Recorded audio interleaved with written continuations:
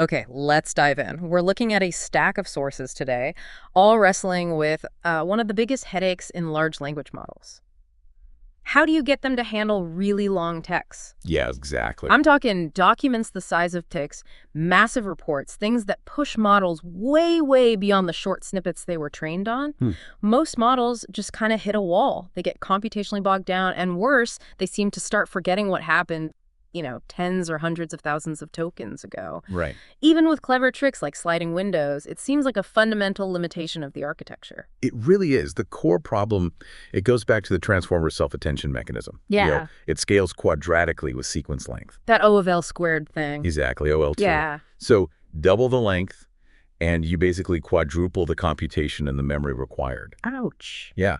Try giving a standard transformer a document that's like 1,000 times longer than its training context. You're looking at completely impractical demands, maybe impossible. Right. And people have thrown a lot of ideas at this problem, haven't they? Trying to expand the attention window using those local sliding windows. Yeah. But they all seem to run into the same fundamental barrier. Like, how do you give the model efficient random access to any relevant piece of information from that huge history? Exactly. Sliding windows, they keep the local context, sure. Yeah. But they just ditch the distant information. Gone. Yeah. And attempts to expand the attention just hit that OL2 wall. Hard. So approaches like Transformer XL or Infini-Attention, they try different ways to manage this. They do, often by structuring memory somehow. Yeah. But, truly learning to pull arbitrary relevant pieces from potentially millions of past tokens on the fly and efficiently, that's remained a really major challenge. Okay, which brings us, I think, right to the heart of today's sources. They're proposing this new architecture, the differentiable retrieval-based transformer DRT for short, and a core technical innovation inside it, grouped cross-attention or GCA. This sounds like a pretty significant attempt to give models that crucial long-range memory and retrieval capability, but efficiently. It is. And well, our mission in this deep dive is really to unpack the technical specifics, right? What exactly are DRT and GCA? How do they actually work? And importantly, what makes this approach stand out?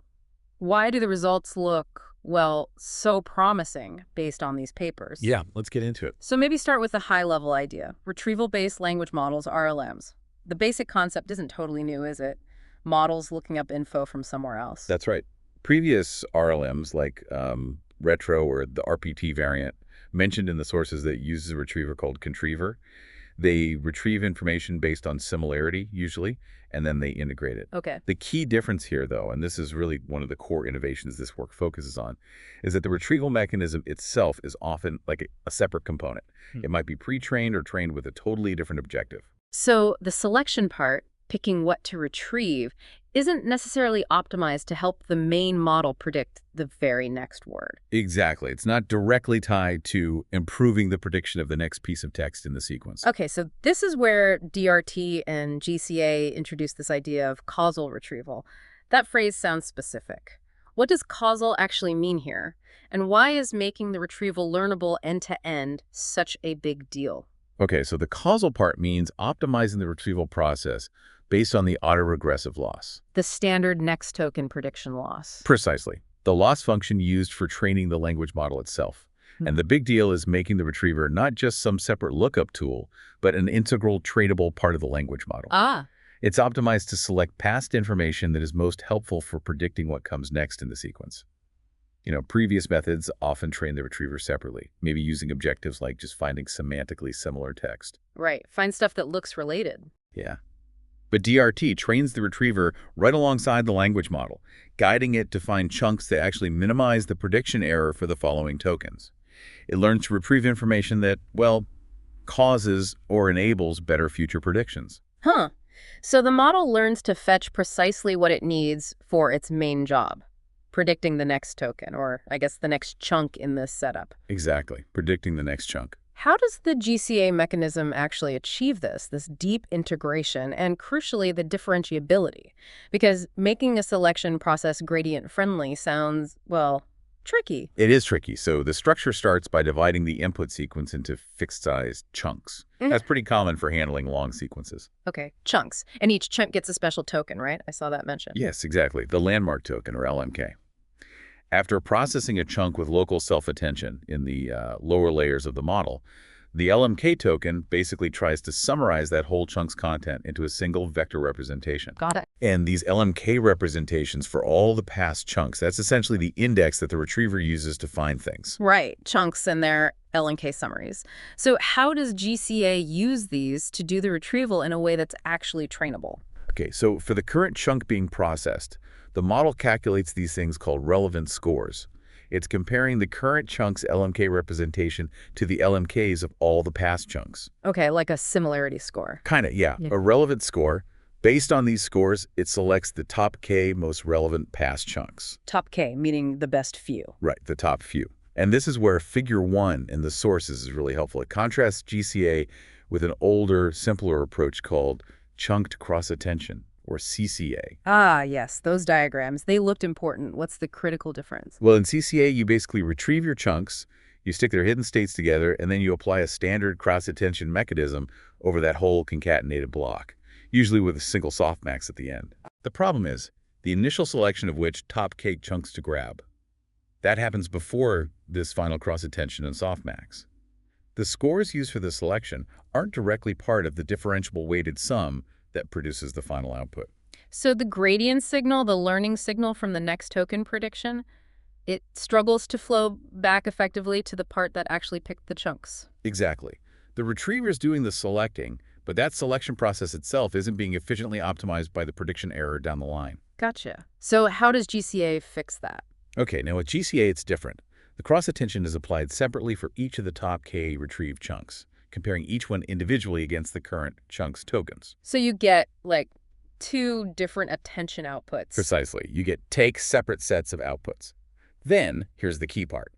The softmax relevance scores, the very scores used to initially rank and select the chunks that are used as weights in a weighted sum to fuse those separate cross-attention outputs together. Whoa, okay, so the scores themselves become the weights in that final combination step. Yes, that's the fundamental trick. Because this weighted sum is just a standard differentiable operation, right? And the weights are those softmaxed relevance scores.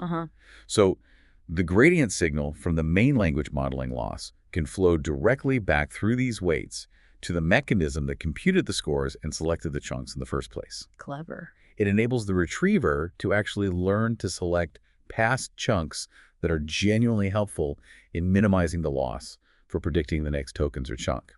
It achieves that causal retrieval ability. It's a really elegant way to make the retrieval decision itself part of the whole end-to-end learning process. That is really neat, yeah, making the selection weights part of the final differentiable aggregation.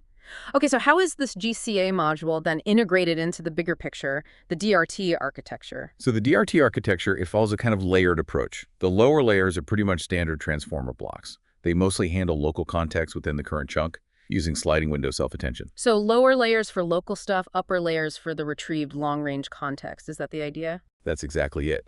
The upper layers are where the GCA module gets added, specifically after the standard self-attention within those upper layers. Oh, okay. And the hidden states from the lower layers, including those LMK summaries, they also get fed into a separate, small, bidirectional transformer encoder. Why the separate encoder? Well, this encoder provides a richer, more contextualized representation of each chunk based on the local processing. And that richer representation is what the GCA module in the upper layers uses to compute the relevance scores between the current chunk and the past chunks. Figure 2 in the sources shows this layout pretty clearly. Right. I remember seeing that diagram. It showed different groups of layers, too. Yes. The architecture also supports processing in groups of upper layers. This allows for multiple retrieval steps, potentially. So later groups can refine their retrieval based on the information that was already fused by the earlier groups using GCA. Okay, multiple passes of retrieval, potentially getting more refined each time. Got it. So we understand the mechanics and the structure. How is the system actually trained? And, is it efficient enough to use on those crazy long sequences we started with? Right, the practical side. So the training objective is just a standard next token prediction loss, the auto-regressive loss. Okay. But there's a specific detail they mention for training the retriever part effectively. Gumbel top K sampling.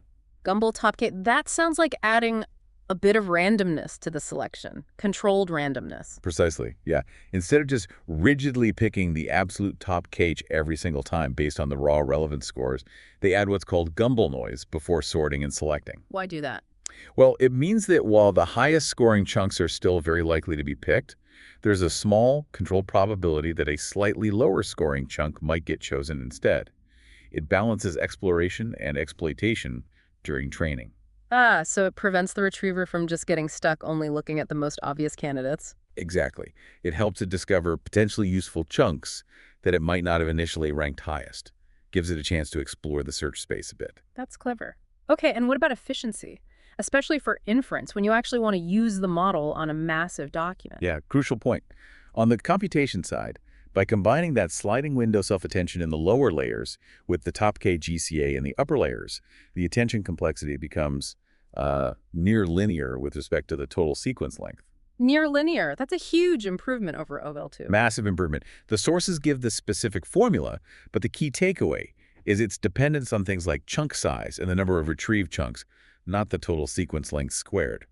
They also mentioned doing a hardware-aware implementation of GCA using Triton to speed things up further. Okay, compute looks better. What about memory? Transformers are famous memory hogs. Right. So for inference, they use a technique called memory offloading. The hidden states of all the past chunks, which the retriever needs to potentially look at, they're stored in regular CPU memory, not the expensive GPU memory. Ah, okay. Then, when GCA actually needs to retrieve a specific chunk, its hidden state is loaded back onto the GPU just in time for that cross-attention calculation. So there's a bit of a swap cost? There's a small latency cost for the memory transfer, yeah.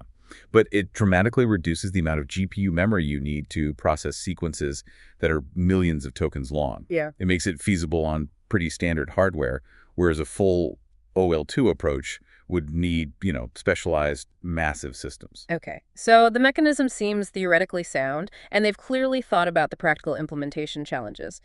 Let's talk results. What did the experiments actually show? Does this work as well in practice as the theory suggests? Yeah, the results section is pretty compelling. The sources show evaluations on standard long-context benchmarks like PG19 and ArcSemath, and they compare DRT against various baseline standard models with sliding windows, older retrieval models, other efficient transformer variants like landmark attention block recurrent transformers. And what were the main findings, the headlines? Well, DRT showed superior perplexity. Lower perplexity is better, means it's better at predicting the text, especially when they evaluated it on sequences that were significantly longer than the training data length. That's a key indicator, right? Length generalization. Exactly. It shows it can handle stuff